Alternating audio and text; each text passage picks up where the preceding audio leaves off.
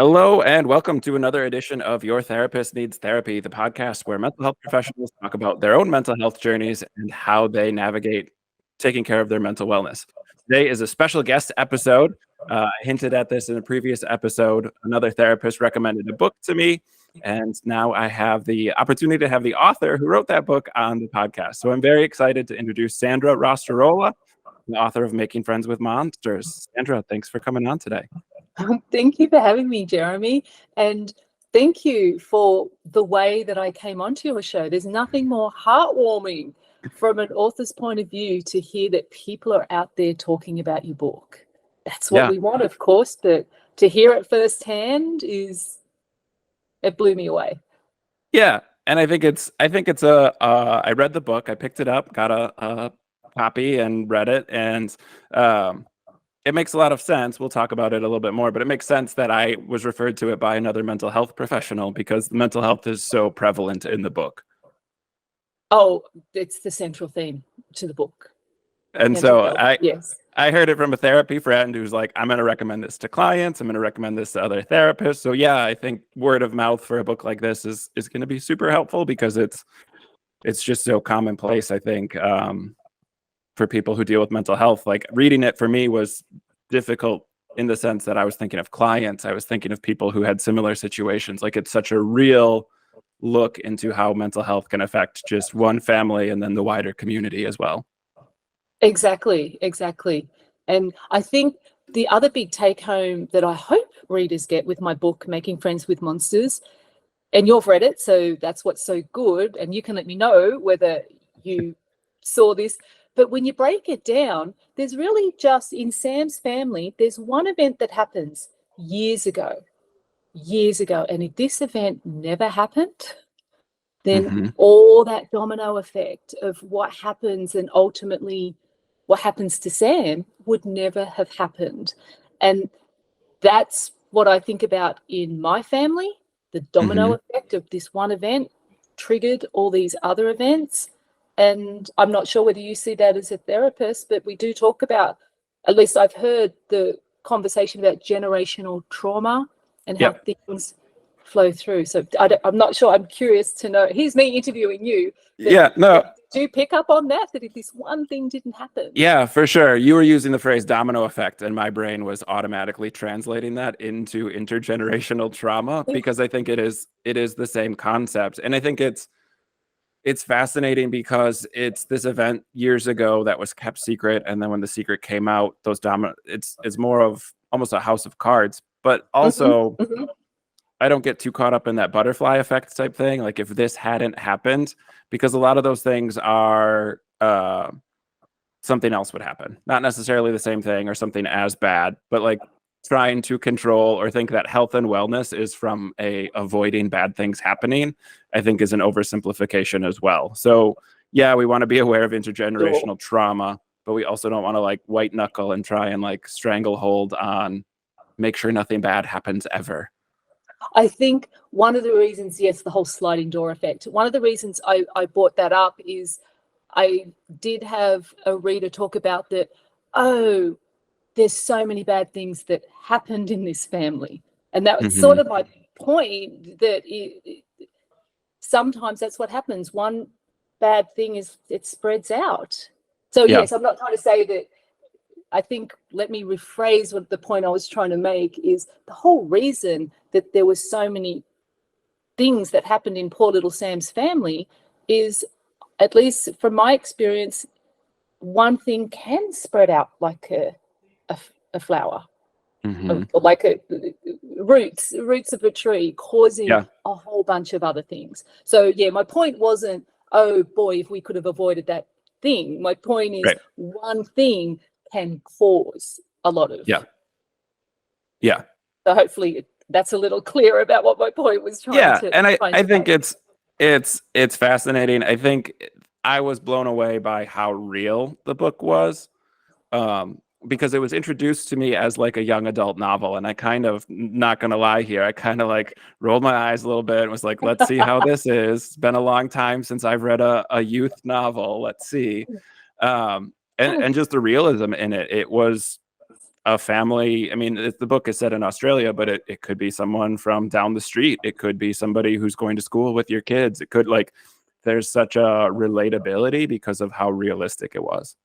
Well, thank you. I again love to hear that. I've had a few other comments about that, and I just love that is something that people say, because that makes me think, gosh, are there a lot of books out there that are pandering and that are hitting you over the head? Is that why? It certainly wasn't my intent. I mean, of course, as a writer, we just want to write an honest tale, and I definitely love to hear that people feel that it's honest and relatable. Yeah. And a book that I try and avoid, because my stress relief, I love to read. And so I love comic books. I love high fantasy. I read all these unrealistic things because of my job, right? As a therapist, I'm dealing with families like Sam's. I'm dealing with people who have been affected by things like that. And so usually my recreational reading is a break from those things. And this was such like a, oh yeah, this is why I don't read books like this for recreation. Because it was so, for me, I was thinking of cases I've had, I was thinking of clients I've worked with, like the detail, and not like it wasn't pandering. And I think a lot of books that talk about mental health are contrived, is the word I would use. Like they're trying to be preachy, or they're trying to explain a certain point, and so the plot has to get to that point. And I think the way that you wrote was just so like, here's this kid's life story, and these are the things that happen, and the kind of cause and effect that happens throughout it. So I think it didn't feel contrived, and it certainly didn't feel preachy, which I think is a issue in a lot of mental health books.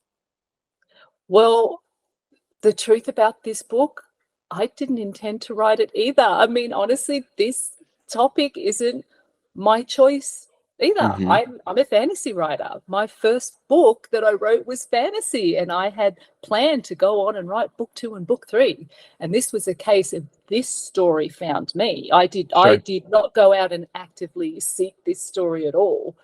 So, and I'm with you with comedy. Gosh, if I just want to relax and watch something, comedy is my go-to. If I'm on the plane, comedy or action, just anything where I can just push the rest of the world out.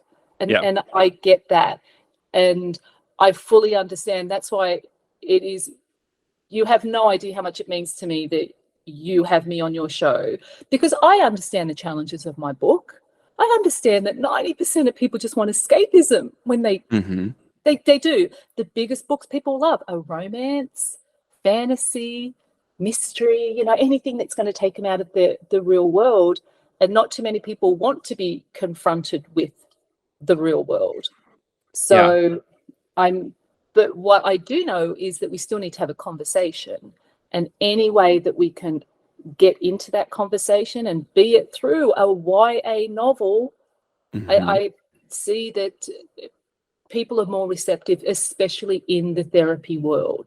Of any way that we can get the kids and even the parents, hopefully, because I wrote it also with parents in mind, maybe see some signs in their child that maybe they could use this book to say, have a read, and is there anything you want to talk about? But I definitely need first line people like yourself and your peers that understand what I'm trying to do with this book, so that it can get to where it needs to go. Yeah. And I think the young adult aspect of it is super helpful, because these are topics that I think I'm going to say need, and I'm thought about it first, but I'm going to land on need. They need to be happening in that age group. Like these are conversations around accidents, how you handle trauma, how you handle grieving, how you handle something like depression or anxiety. You have an older teenager who's going through a potential breakup. Like there's all these real life things in here that aren't necessarily the focus of the plot. And I think just having that conversation around 12, 13, 14, like high school is when a lot of this stuff starts happening for kids. So I liked that aspect of the novel, that it fits what I tell parents a lot. Like, don't sugarcoat stuff. You don't have to protect kids. They're dealing with this stuff already anyways. Exactly. And a big inspiration, I get asked a lot why I chose the perspective of a 12-year-old. mean, I already had my family in mind. I knew my ages, and I could have chosen the 17-year-old. Would have, I could have chosen that point of view. Mm-hmm. Don't want to give any spoilers, but I technically could still have chosen that point of view. Yep. But around the time that I was thinking about this story, I think the series 13 Reasons Why had just Mm-hmm. played out, and that is that older age group. They're the seniors in high school. And I'm like, I wanted to get to that group just below them so they didn't become the 13 Reasons Why teenagers, where things happened to them and they kept it in. They kept it as a secret and they didn't talk about it. And that's what caused all the problems. I wanted to get to that group below that, hey, if something happens, it's okay to talk about it. Don't keep it in. Yeah. Yeah. And it's in such a weird time in our culture where I think for all the good things that social media does for moving the conversation around mental health forward and normalizing some of those things, there's also all of the editing and the things that go on around, like, you can't say suicide, or YouTube's not going to put your video forward. You like need to write emojis, or all these shorthand ways to protect these concepts that I think are like when I do suicide prevention talks at schools, I say, like, use the word suicide. Like, that's helpful to be clear. Like, don't beat around the bush. Don't use like euphemisms. Just say it so that we're all clear on what we're talking about. So I think it is really helpful that 12, 13, late elementary school, going into high school, like, kids know about depression. Kids are seeing their parents drink or their older siblings go off to college and do stuff. So like, I thought it was super appropriate. I think it was very in line with best practices from the mental health field for like, have these conversations earlier rather than later. Yeah, you just made me think about the internet and social media and how it's good on one hand and bad on the other. And I just had this thought about McAfee. Is that the right term? You know, the antivirus software? Oh yeah, And the sure. whole conversation was, oh, you need this antivirus software to stop you from getting viruses. But the talk was they were the ones that were sending the viruses out in the first place Yeah. to prevent the viruses. And you have that same dynamic with social media. While social media is this brilliant way to get out the conversation and the topic of we need to normalize suicide, we need to destigmatize it, it's also what's causing the increased rate of depression and suicide in teens, because boy, I'm not even sure I could live through the current world and be a teenager in this social media world. I was an 80s kid. We did not have to worry about, being blacklisted or however it works for the kids these days on social media. But there's a lot of bullying that goes on, and that world is a bigger world. If there was bullying, yes, it was awful, but it's confined to your one little group. But now you have this bigger group that can bully you, and I just can't imagine what that must be like for teens. Yeah, and I think a lot of the performative nature of social media is not helpful for teens developing a real perspective of the world. Filters, but right. And Yep. yeah. And so I do a lot of work. I worked in higher ed for a long time, so college age kids, but we'll talk about suicide prevention and things like that. And I'm very like, use the word suicide, use the word depression, talk about those things. So I love that social media has normalized a lot of those things. I'll have teens come in and they're talking about diagnoses already, which can be good or bad, but like, they have at least some knowledge base around mental health is a thing. It's important. They don't necessarily know what to do with it yet. They're figuring it out. Their brain's still growing and developing, but at least like, it's not a taboo topic so much anymore. I think there's still stigma attached to it, but it's not bad or wrong to bring it up. Yeah, I've definitely seen a big change. I mean, suicide has been in my family since 1984. So that's when it first happened. And I've had 3 cases with my dad and then 2 brothers. And boy, it was a huge stigma back then. Yeah, very, very much so. But even just for me, over however many years that's been, we do not want to do the math on that, but many years, it is quite heartwarming from my standpoint to see that so much has changed. Even things like the terminology from going from committed suicide to died by suicide or death by Right. suicide. Sort of just flipping even that dynamic, and just seeing teens and young adults on social media actually talking about mental health, which there is no way back when I was a kid you would want to talk about that. Yeah.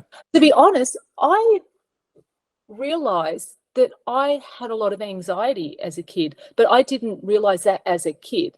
Like back when I was 10, 11, 12, little things like being invited to parties. I would be in the car with my mum and my stomach would be squelching, like absolutely squelching. I did not want to arrive at this place. And these are all my friends from school. These were not strangers. I knew these people. And it never clicked that that was anxiety. I just thought, I'm just a really shy kid kind of thing. And now hearing everyone talking about anxiety, I'm like, oh, that's what I had as a kid. I had a lot of anxiety, a lot of social. I had a lot of social anxiety. And the fact that in this day and age, teens and young adults can actually put a label, is that the right word? But at least they're able to understand, oh, this is what it is. Because I was kind of confused, not knowing what this was and thinking actually there was something wrong with me, thinking I'm the only one that's going through this because all these other kids are turning up and they're all going up to each other and chatting. And I thought there was something just fundamentally wrong with myself. So I think it's good that in this day and age, kids hopefully don't feel like there's something fundamentally wrong just with them, that they're not alone. And guess what? Other people have social anxiety as well. Yeah. And I think, I'm wary of labels, but I like the language being out there. I like that we can have something like anxiety or depression. My job as a therapist when I meet with someone is to break down what does that actually look like for them. But as a conversation starter, as a way to introduce a topic, like I think, it's fantastic. I'm a 90s kid, so a little younger, but still feeling my age. And it wasn't, I think maybe anxiety and depression were talked about sometimes, but that was like all of mental health. Those were the only two like okay topics to bring up. So I grew up with undiagnosed ADHD. Like that wasn't a conversation we were having. And even the way that something like that is talked about now is neurodivergent versus neurotypical. So like the language keeps updating and growing and changing. And I think that is definitely a good thing for sure. Yes, I very much agree with that as well. Yes. So can we go back to stigma a little bit? Yes, now I'm gonna ask some personal questions. So you've had suicide in your family, your dad died by suicide, and you were still pretty young when that happened. What was like the reaction? Because in the book, there's all these ideas. Sam talks a lot about being that kid, and this idea of like once something happens to you or your family and people identify you by this bad thing that happened, then you're that kid. Was that somewhat based on experience? Was that like a thing you grew up with? Absolutely. And I think maybe it's indirectly. I get a lot of comments that Sam's very perceptive and maybe more perceptive than he should be for his age, But I don't know. I kind of think I was a really perceptive kid. And I ended up having a science background. Like I went into the STEM world and I was very analytical and I would sit back and I would watch and I would pick up on things.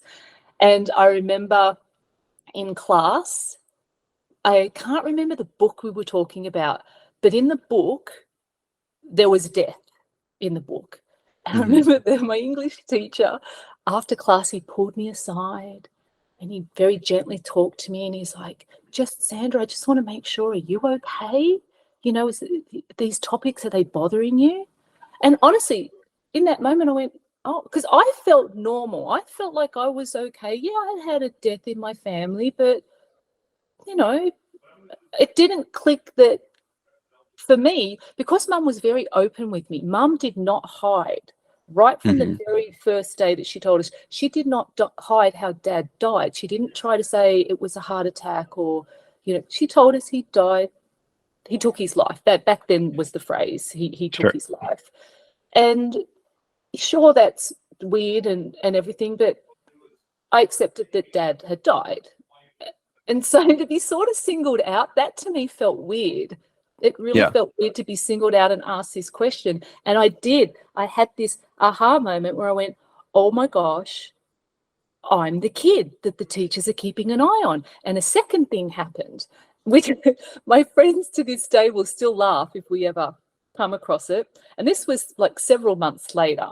And I'm in class and I'm writing something down, and the teachers tell us to put our pens down. And I'm still writing, and it's Sandra, put your pen down. And I was a little bit, slammed the pen down and breathed the F word under my breath. I was, like, I was just kind of annoyed. And it's like, Sandra, get out of class.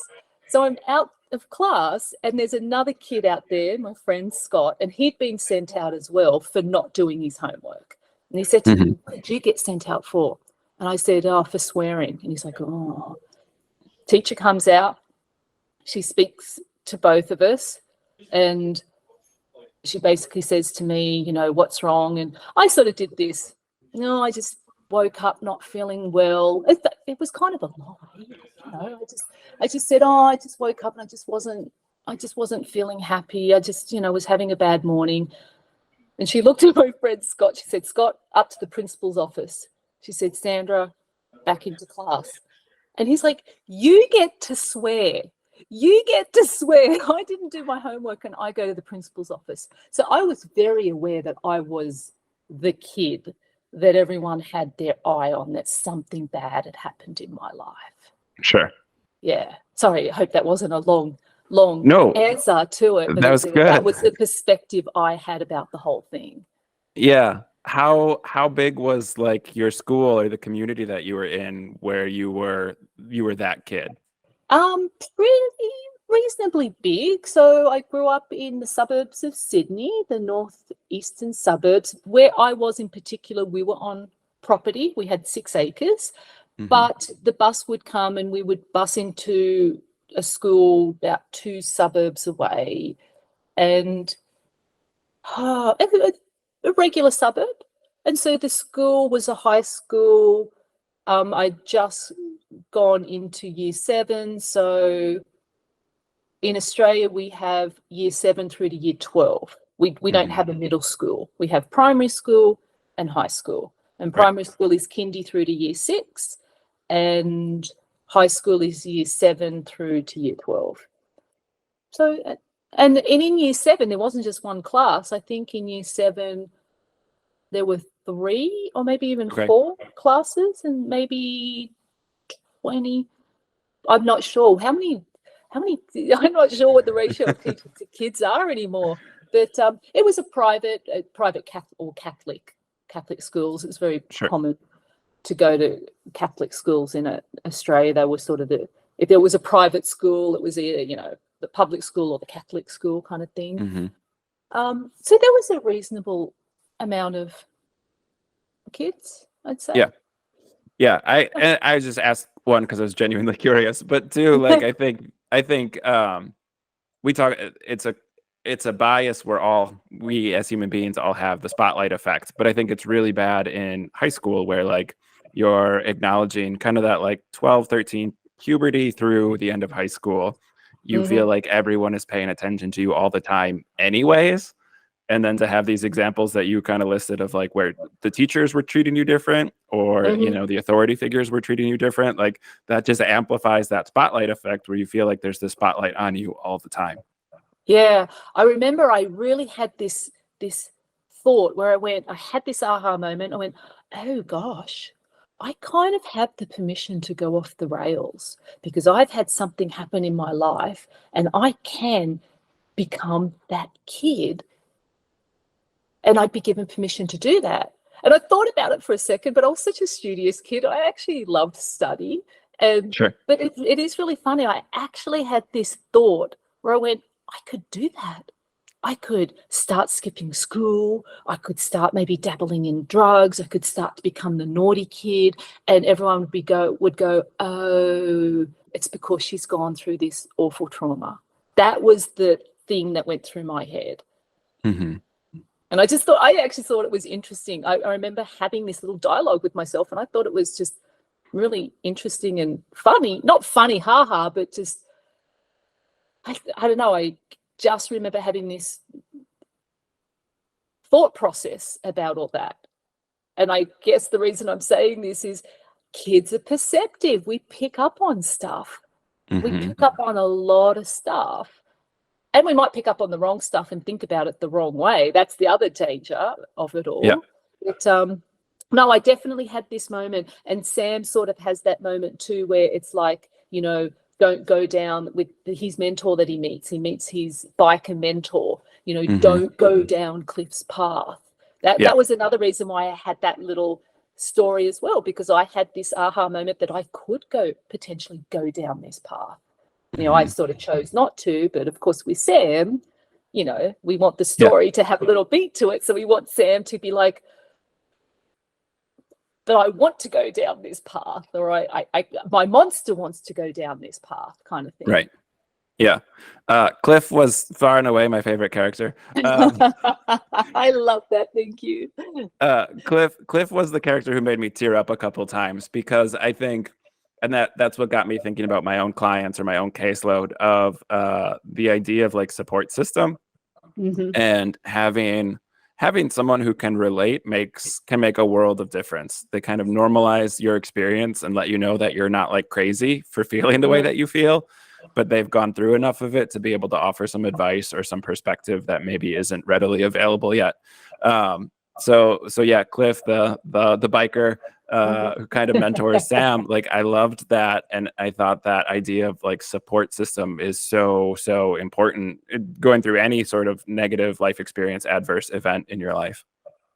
Yes. I remember when I wrote that, that was probably the only one part of the book where I thought, oh gosh, I hope young readers don't read this and go, well, I'm never going to get better because I don't have a Cliff in my life.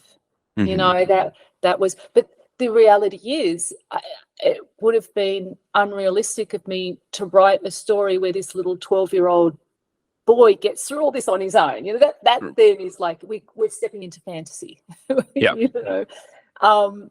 And I don't know, maybe you can talk to that as a therapist. I mean, do I run that risk that I hit upon a kid thinking I don't have that? Or, I mean, my hope is that inspires a kid to think, oh, I need to talk to people that are smarter and wiser and that have been through things. I think it's good. I think I read it as support system as opposed to mentor. Like Cliff kind of is a mentor given the very specific life experience they share, but it's not necessarily, I felt like you need to go find like this old wise guru type character. Like that's not how it was written. I don't think that's how it came across. And Sam then connects differently to his friends following that as well. So he finds his peer group.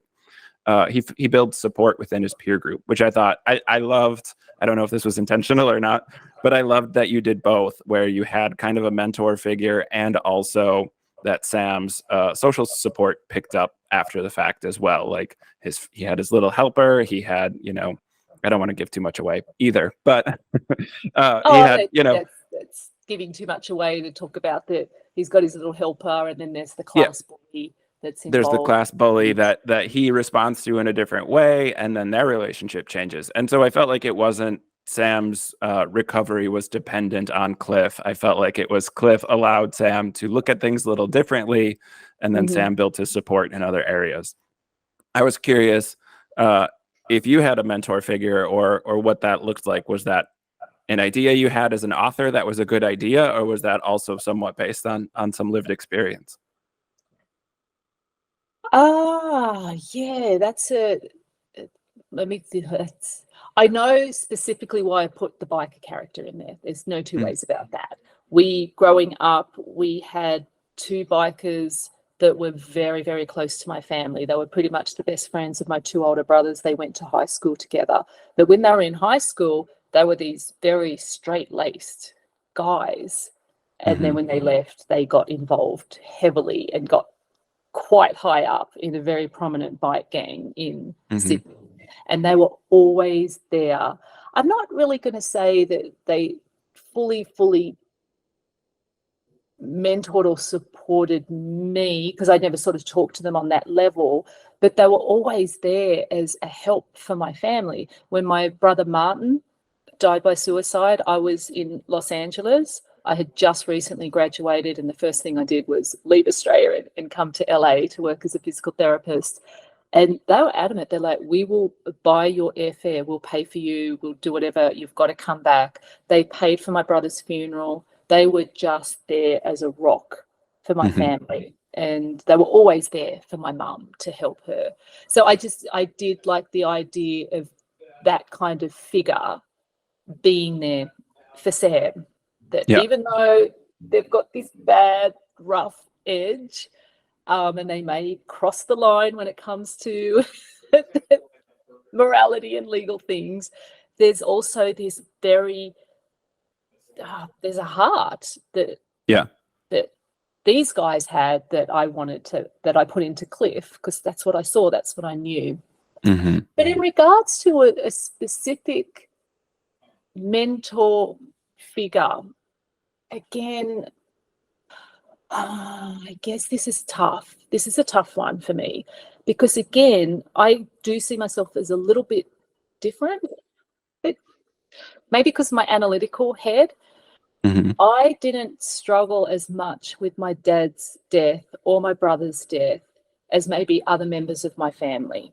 And I just think I was able to flip the perspective a little bit because of my analytical mind. Even back then, I never saw suicide as something deliberate. I never saw it as something that someone woke up and mentally chose, this is what I'm going to do. For me, I saw the brain as just another part of the body. And I'd always think, gosh, when someone breaks their leg, we can see they've got a broken leg. We can totally comprehend why they can't walk. They physically can't. There's a cast on their leg. But when it comes to anything to do with the mind, that's always so much tougher for the average person to understand because we can't see it. And so it's easy to just think, why can't you just snap out of it? Why can't you just be happy? But I always understood at a young age that potentially isn't possible. It's just like a broken part of the body. So I know for me, I didn't specifically have a mentor figure, but I definitely know that people do need that, because a lot of my friends and family members sought out a lot of counseling. And you know what I mean? And I think for me, I think the fact that I was always open, I think part of, I was kind of my own therapist. I had no problem ever talking about my family history. Never, ever. Even when new people I would meet, like I wouldn't dump on them, but if they asked me, tell me about your family, and I'd say, well, my dad passed away. If they asked, I wouldn't directly tell them what happened, but if they asked what happened, I'd tell them. And I remember one time when I lived in Chicago for a minute doing some acting classes, and my scene partner was asking me all these questions. That's what you do with scene partners. You need to know each other. And when I told him back then, it had just been my dad and my second oldest brother that had died. And because we've also, not only do we have the suicide in my family, my third oldest brother had schizophrenia. And my scene partner looked at me and he goes, oh gosh, I could never date someone like you with that kind of family history. Now for me, other people might have crumbled, like other people might have just gone, oh, ouch.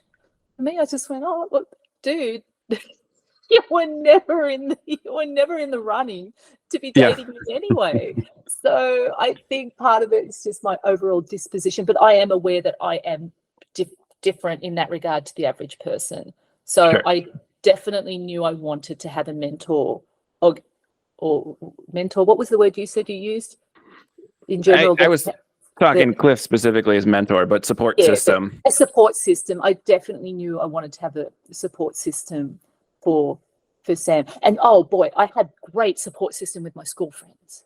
Like real great support system with my school friends. They definitely rallied around me, and none of them shunned me. None of them made me feel like I was taboo and to step away from because my dad had died by suicide, Mm-hmm. which is really fascinating. I met another author who's got a memoir out at the moment, and her husband died by suicide back in 2007, just Mm-hmm. before the crash, and she was left with two young boys, I think around 7 and 9, and she was saying in this day and age, well, I mean, what was that?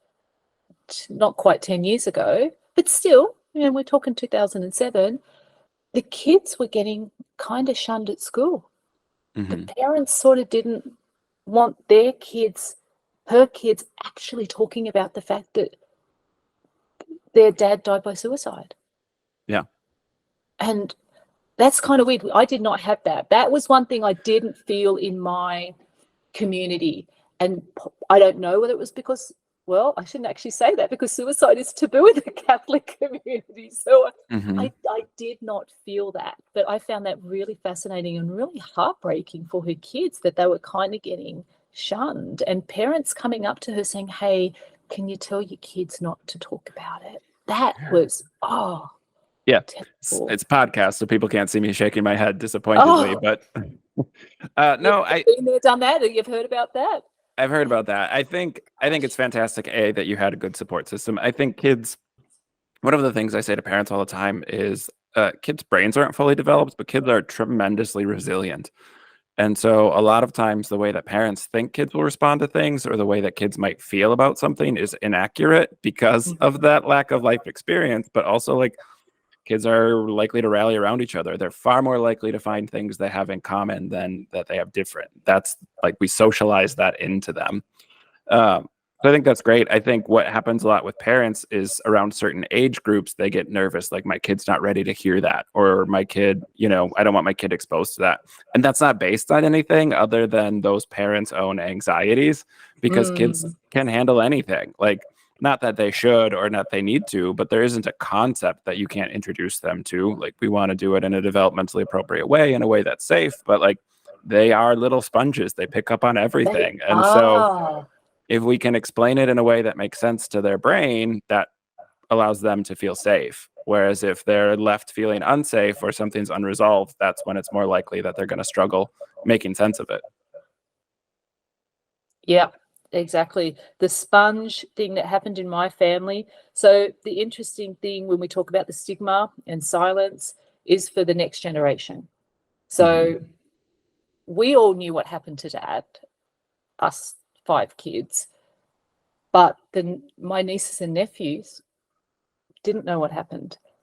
That's when the silence and the telling a different story. So Popper, like, granddad had a heart attack, and we had, I had a really crazy moment where my niece, who was around 13 at the time, and it was her birthday, and I came back from America, and I was the cool, fun auntie, and I picked her up from school, and we went off and did a whole bunch of things. And she started talking to me about Grandpa and Uncle Martin, just general questions. What were they like? Nothing talking about them. But then she said, how did they die? And I sort of, that's weird. I stopped and I said, well, what were you told? She said, well, that Grandpa had a heart attack and Martin had an accident. And that, I can't tell you how much that blew my mind. I was shocked. I'm like, what? So, yeah, and I got a little bit into trouble. It was like, what did you say? What did you say? We haven't told the kids yet. We haven't told them. It's like, when are you going to tell them? And that was a big thing in my family, that we couldn't openly talk about what happened. And I hated that every time I came home I had to walk on eggshells, that I respected my siblings' decision about what they were going to tell their kids and when, but I hated having to walk on eggshells and not accidentally say something. And I didn't understand it.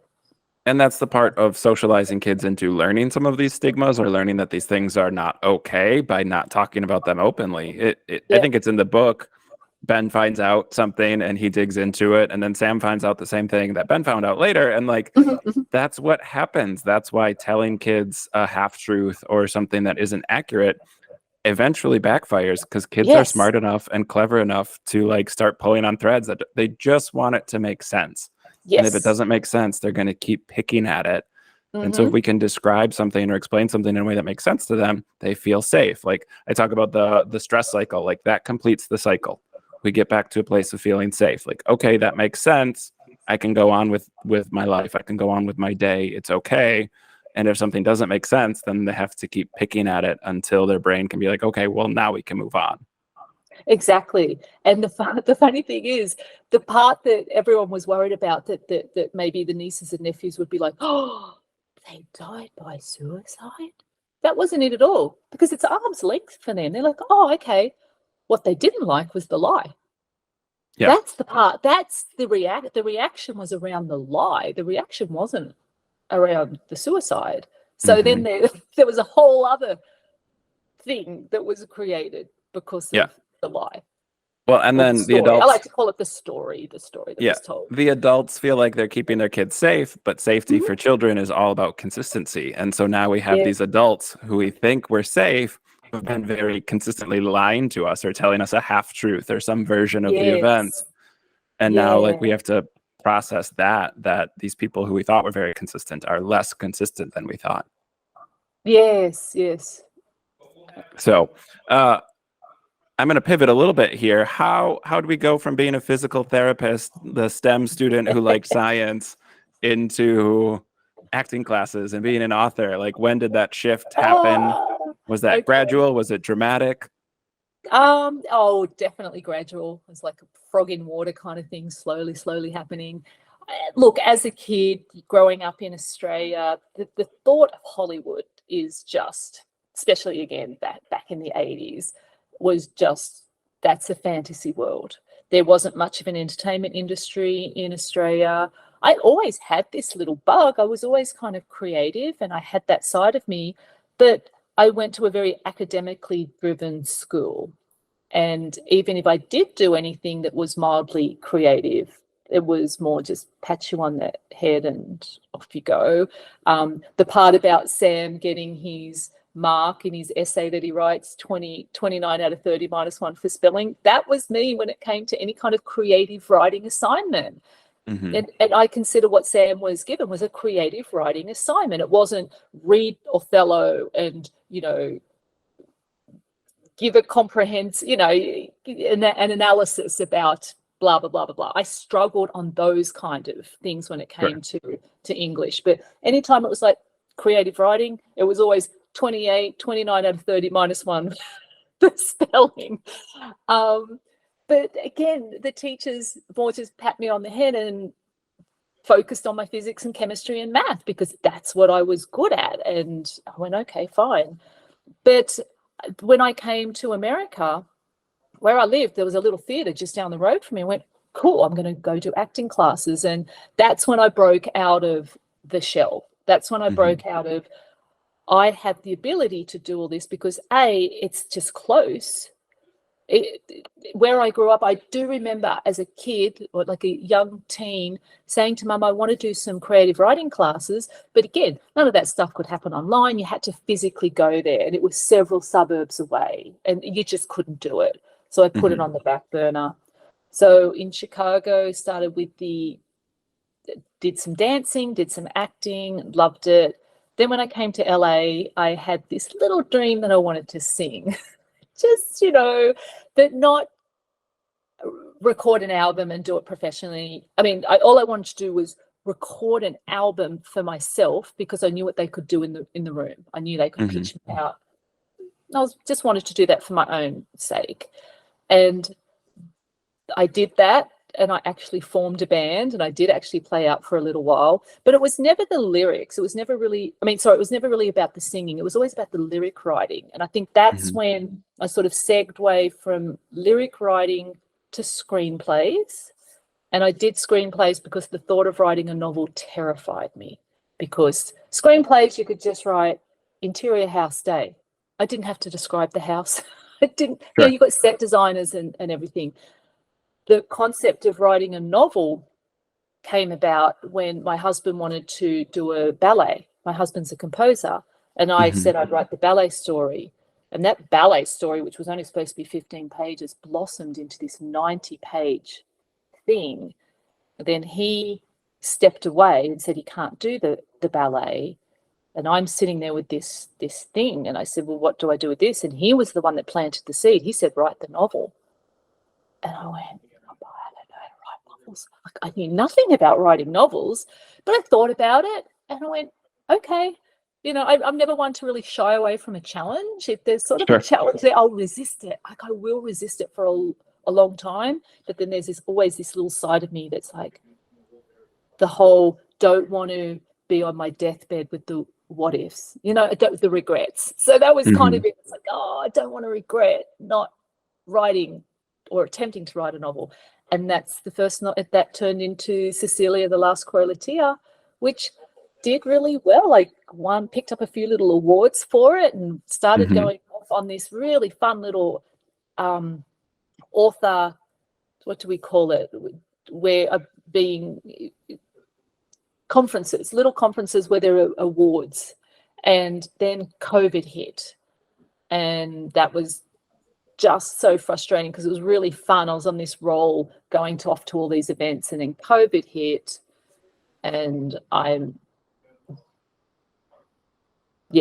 then that was kind of it in that regard for the traveling portion of it. But I knew with my first novel, I went, wow, if I've won some awards, then I'm going to continue this. And so I wrote book 2 and book 3 and wrote Making Friends with Monsters. So yeah, it was a very gradual, slow transition. Yeah. I like, we were talking before we started recording, and you said I'm not the same kind of therapist, but I was a therapist. I kind of chuckled.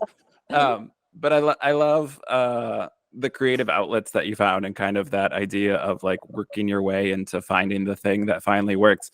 I spent a lot of time in higher ed working with college students, just constantly told them, like, this idea that you're supposed to know 18 or 22 what you're going to do for the rest of your life is preposterous. Like, you get into a profession and you still have to find your way in it. Like, it's not like, oh, I got this job and now this is my career. Like, they're still weaving in and out of it and picking up specialties or certifications or whatever. Like, that's normal.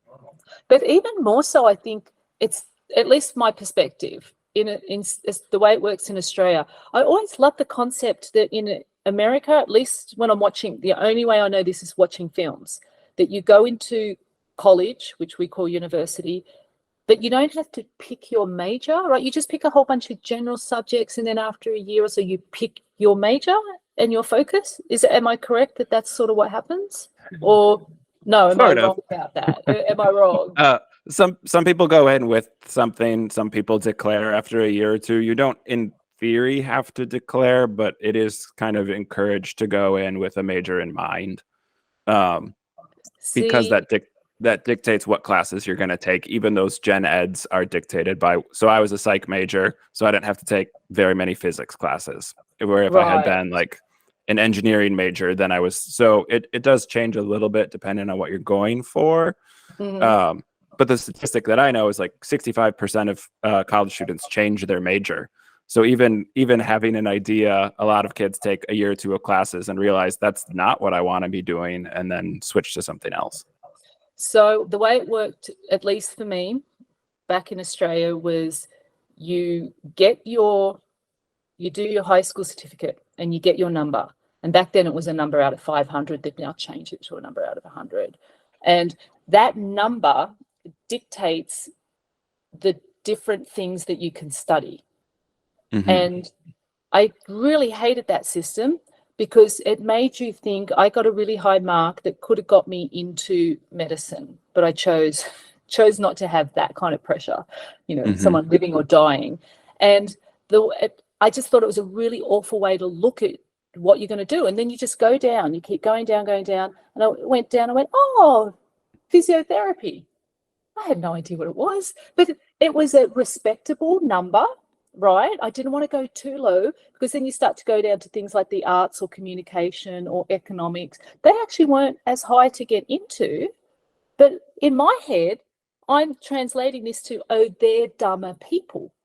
Sure. That is the way I'm translating it, that with my mark, I'm supposed to be doing these subjects for the smarter kid. And then I chose physical therapy, and all the subjects I took the very first year, it was all focused on being in that track. That's it. Yeah. I didn't have the opportunity to even pick up a business class. It wasn't offered. I didn't have the opportunity to at least dabble in finance or anything else. The curriculum was set, and that was the curriculum. And that's why I was like, gosh, I kind of like the way it's set up in America, that you're not just forced into this one track. Or are you? Maybe I'm thinking about it wrong. No, we don't get a number, but I think a lot of that is still communicated to kids without the number being attached to it. Just that, like, I think I grew up hearing like a mechanic or, menial labor, when you're doing physical labor for a job, like that's lower. And like, I shouldn't have been interested in that because I was good at school. And so like you pick up those messages of like, oh, well, based on some variable the adults think they understand, I should be looking at this career path. So it's maybe not as formalized, but it's still there. I grew up with 2 teachers. My parents are both teachers. And so like I was going to a 4-year college. I was a gifted student, and like all those different things of like, this is what you're going to do. I didn't take shop classes or home ec or learn how to cook or sew or anything. It was like college prep, college prep, college prep. So it's different for some people, I think, but I still very much felt that like my path was pretty well decided. Then I got to choose what I was going to do, whether a doctor or a lawyer, but it was like still those things of, you're smart, so you're going to do one of those smart jobs. Okay, then a very similar thing. And don't get me wrong, I really liked physical therapy. I really loved when I started off in private practice, but I loved when I went to the hospital, and my most favorite patients were my stroke patients, like teaching someone to walk. And it's it's slow, but boy, that I really loved. And I do remember I was always just very, very creative. I remember one of the techs looked at me because a patient came in that was very, very different. And I start looking around the rehab room, and she just went, oh no, okay, what's ticking on in Sandra's mind? Because I was always thinking of new ways to come up with, how am I going to approach this particular patient, because they're very different from the last one. And so I did like that I had the freedom to be creative in a very different way. What got me out of that was, it killed my body. It was just too much. The patients were getting heavier and heavier, and I just couldn't deal with the politics in the hospital and the paperwork. Every year the paperwork got more and more and more, and you've got this pressure that you need to have billable hours and billable treatment time.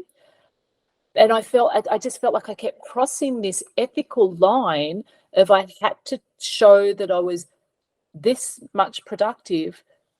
But then when was I going to do my paperwork? And you're not allowed to bill for paperwork, especially with Medicare. You can't. And I just hated being, and I get that everyone did it, and I get that everyone still just billed and said that this was all blah. It was just eating away at me. It was eating away the ethics of it all, and I couldn't do it. Yeah, I think that's why I'm owning my own business, and I've stepped away from agency work where I have to deal with insurance companies. And like it creates some ethical quandaries, because I know I'm not affordable for everyone now, but also I can practice in a way that's ethically aligned to how I would like to practice, instead of what an insurance company is telling me. I didn't know. I looked at your website and read your bio and stuff. I didn't know that you had been a physical therapist, but it makes sense once you said that, because after some of the PT stuff that's in the book, and I worked in higher ed. I coached volleyball, and I did mental health for student athletes. And so I'm friends with a bunch of athletic trainers who work with students who have athletes. It's one of the main things I worked with for mental health, was students who have injuries. And so I was reading it. I was like, oh, this is a really good representation of like recovery and going to OT and PT and having all these people like hold you accountable. It's like, that's really like, she Yeah, must have done a lot of research to get that stuff right. I worked really closely, really closely with an OT. I've still got an OT who's a really close friend of mine, which is kind of funny. In my world, there's potentially rivalry between the OTs and the PTs. Sure. There's this whole concept that the human body is cut in half at the waist, and OTs deal with the hands and the PTs deal with the walking down. And I just never had that mentality. I just thought that was such a stupid way to look at it. And I worked very, very collaboratively with the OT. And that I just know in some worlds, there's not necessarily always this true collaboration between the two disciplines. But yeah. I have a couple, I have disconnected paths I want to go here. One of the things that I think is a theme that isn't spoken about directly in the book, but is throughout, is climate crisis. Oh, so yes.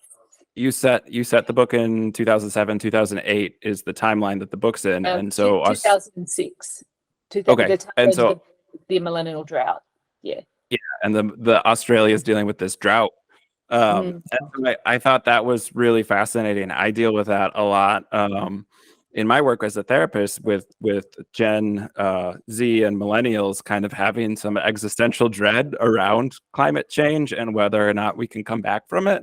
And so I thought it was really interesting how that it was never like a specific point in the book, but it was there. It was creeping in on the family. It was affecting all of their mental health without ever being like, we're stressed about this. It was this plot, not even a plot point. It was just like the setting. And I was like, oh, that's so very realistic for what's going on now, where people are seeing, we have a chance to like lower the global temperature and we're not doing it. Why aren't we doing it? And we're having droughts, floods, and more extreme weather. So I think I thought that was a fascinating tie-in, and setting the book in that time frame made so much sense to me, given like the wildfires and all these other things that have happened since then. Yeah, it's been awful. No, I really remember that time where I was in Australia, and I talked to Mum all the time, and Mum would be telling me all these stories, and I actually wasn't fully aware of how bad that drought had gotten. So I started to do my own research, and I just went, wow, that's just heartbreaking, everything that's happening. And there's a lot of things that unfortunately I couldn't talk about, but that I did come across that I thought was absolutely fascinating. That there was one story I was reading where the wives were all sitting around talking, and they were saying that one wife was saying, my husband doesn't want to go talk to anyone, and the farmers wouldn't. The farmers did not want to talk to anyone. So she would actually take his medication that he did end up getting. I guess he got medication, but he wouldn't have talk therapy. And she would mash it up into his mashed potatoes. And just all this stuff. And I just thought that was also rich and interesting. So when it came time for Monsters, that just came back to me, and I went, that's just the time period I want to put it in, because I knew that I wanted an external stressor for the family. Just like with my family had an external stressor. I had my dad who immigrated to Australia when he was about 16. His English wasn't the best. He never really learnt English that well. I even struggled understanding him. And I know my dad was super smart. Like, he taught himself to build, and he built these meticulous houses where he really put the effort into making sure they were, pristine for his clients. And Mum was telling me a story where Dad had this idea. He went into Sydney, and he pointed to this plot of land that was on the harbour in Sydney. He goes, I want to build flats, or apartments. They're called flats in Australia. Apartments there. And the bank denied him a loan. And I have to wonder, was he denied because of his really broken English, because he was an immigrant? But he had this amazing idea. And I'm like, damn, how different our lives could have been, because gosh, that would have been worth a fortune now. So I know our external stressor was financial.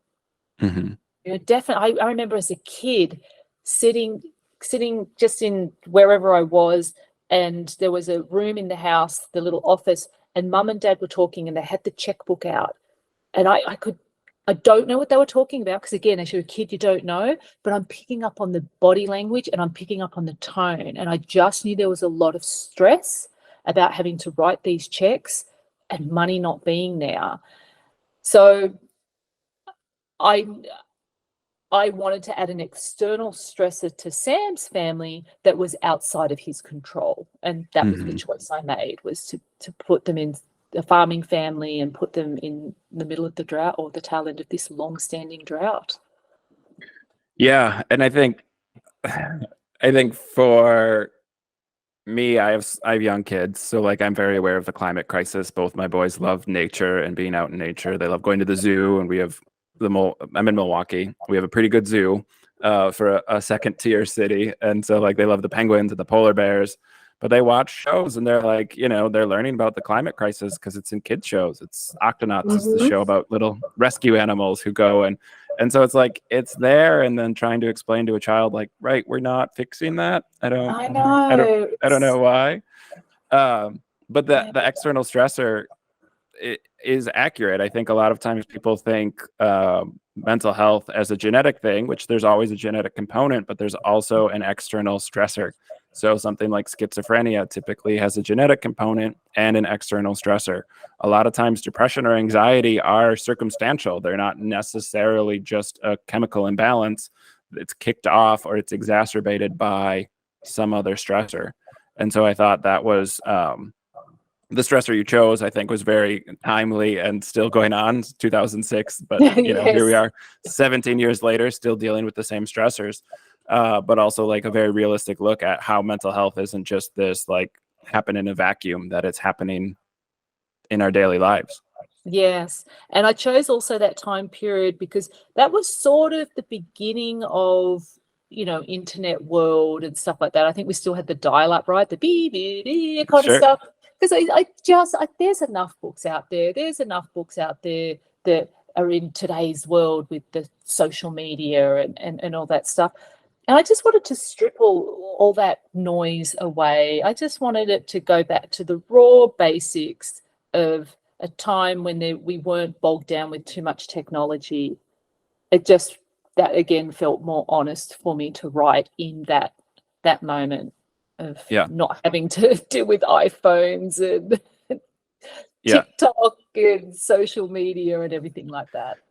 Well, and you talked about it in your own story, picking up that like finances were tight in your family, but also then in Making Friends with Monsters, that the kids are aware of how much like the farm and the drought is causing the farm to struggle, and how much that's stressing mom and dad out. And so like I thought that was really accurate, a way that I talk about kids, again, not necessarily being able to put into words what's going on in their families, but picking up on the emotional or kind of like the vibe in the family of like, oh, something's not right here. Vibe. Yeah. It's like little Abby, our little Spitfire, our little 6-year-old who just sees everything positively, and even her picking up on the vibe about what's happening and that there's no love anymore in her family. And she picks up on that. And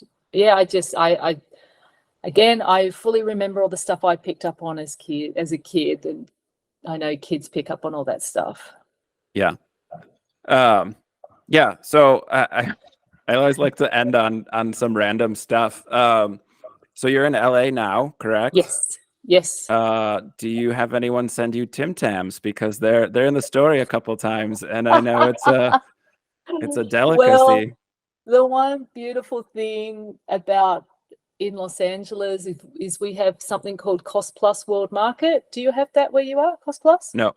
Nope. Cost Plus World Market. I can go there and get Vegemite, TimTams, Turkish Delights.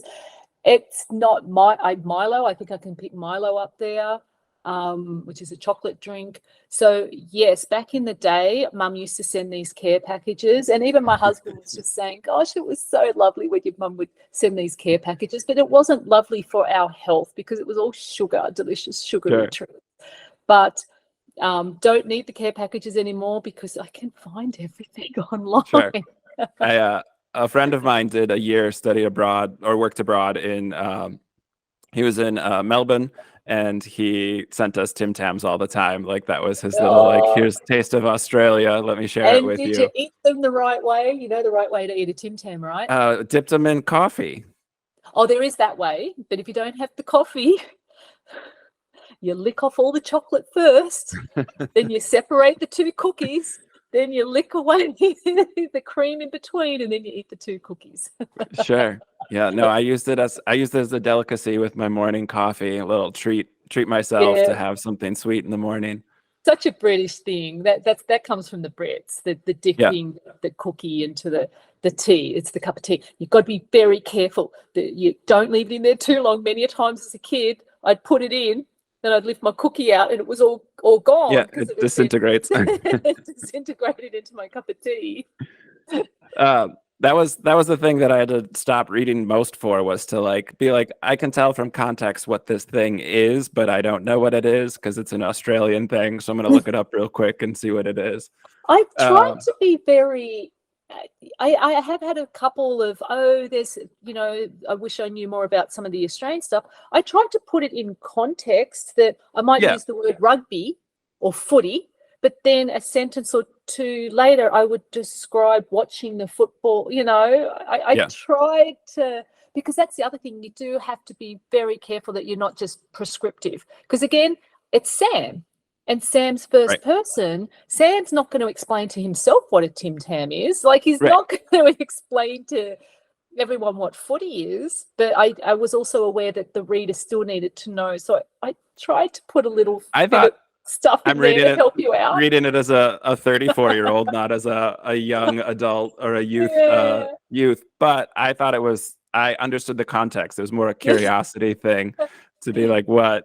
I can tell that's a hat he's putting on his head, but I'm curious what it actually looks like. So I'm going to look it up. Oh, yes, the Cooper hat. Yeah.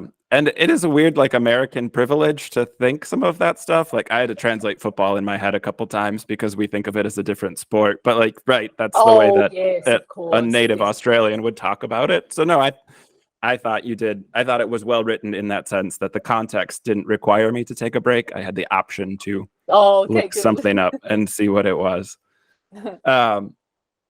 So I always like to ask, what's on your bookshelf? What are you reading? What are you engaged with right now, or what are you watching?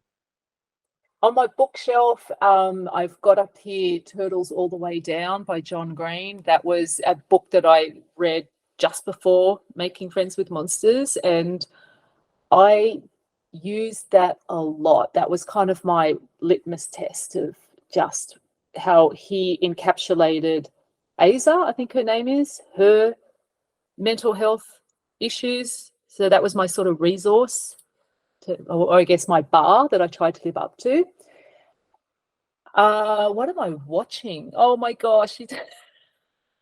I'm watching the rerun of Frasier for like the 20th time. Seriously. It is one of those things that series, it probably gets watched every 3 years to 5 years, and it just holds up, except for the fact it's not until the last season that it goes widescreen. Up until then. But see, as you said earlier, my relief is comedy. Mm-hmm. I go back to just something easy and palatable, and that's it. So what was the other one? So it's like, what's on my bookshelf? What am I watching? And then what's next? Yeah. That was it. I like to get an inside peek in what people are spending their free time on. Frasier. Frasier's one that I can't, because there's a therapist character, right? His dad is he's a psychiatrist, and so's his brother. And his dad's a good old American footballer who can't quite relate to his two uppity sons that are pretentious and always suits. Yeah. So I'm a little young for Frasier. I missed it in its heyday, but also I stay away from too many therapy shows unless I'm watching them critically, so I can like complain about them on the internet later about like, that's not what real therapy is like. I will. There's two shows, it's Frasier and House, that drive me insane because two of the main characters have canes and they're not using the cane correctly. They're Sure. doing what we call an ipsilateral gait pattern, and it's supposed to be contralateral, and it drives me insane. Yeah. So that's the only thing. Yes, the physical therapist still comes out in me sometimes where I'm watching things and I'm like, that's not. They're doing it for dramatic effect. I know that they're making the character walk that way for dramatic effect, but no one walks that way with the canes. But Yeah. anyway. Takes you out of it's just enough to take you out of that suspension of disbelief. That's why I Yes. can't do therapy shows. It just distracts me enough to be like, exactly. now I'm not in it as much. So the book Making Friends with Monsters, I see it's getting 5-star reviews in places and it's getting nominated. What's coming up for you? Are you doing talks? Are you doing tours? Where can people pick up the book? Let's promo the Yes. book a little bit here. Doing lots of talks. I just had one on Monday, and now I've got you today. And I will be in Chicago from the 22nd to the 27th. That's it will be harder for people to see me there because that's specifically at the American Association of Librarians, which again is my captive audience that I need to be. But I will be doing book signings directly for the librarians. And then later on in the year, in October, I will be in Orange County at the Orange County Book Fair. So they're all the two major things that I've got planned. But I will be doing another little book signing here in Los Angeles. I just haven't said it. But otherwise, everyone can find my book. If you just go to www.slrostirolla, there's a whole bunch of places that you can find my book. Just click. You don't have to support Amazon. You can get me through all different bookstores. You can get me through any indie bookstores. And I'm out on audio. I've got an audio book. I've got in hardcover, paperback, and ebook. Yeah. And I never know how authors are getting. I never know if Amazon pays better or some people are very like, no, go support your independent bookseller. So I always like to ask. But yes, your website has a long list of links where you can find the book and connect depending on your preferred shopping preferences. Yeah, I don't really know about the pay aspect of it. I don't pay attention. I just know that there are people that are very much against supporting Amazon because Amazon has destroyed a lot of mom and pop. And there was no way I was going to be 100% exclusive with Amazon. I'm through Ingram. Ingram is the major distributor for me, and Ingram puts you out everywhere, which I like. Yeah, for sure. And your website will be in our show notes, so anyone who wants to track down the book or find the trilogy that you wrote, we'll have your website in the show notes and some links down there so people can find the book easily. Okay. Sandra, this was awesome. Thanks for coming on today. Thank you for inviting me, Jeremy. I really appreciate it. It's been great. And for all the listeners out there, thanks for tuning in. Again, this was a fun special guest episode. We'll be back next week with another therapist talking about their mental health. Take care, everybody.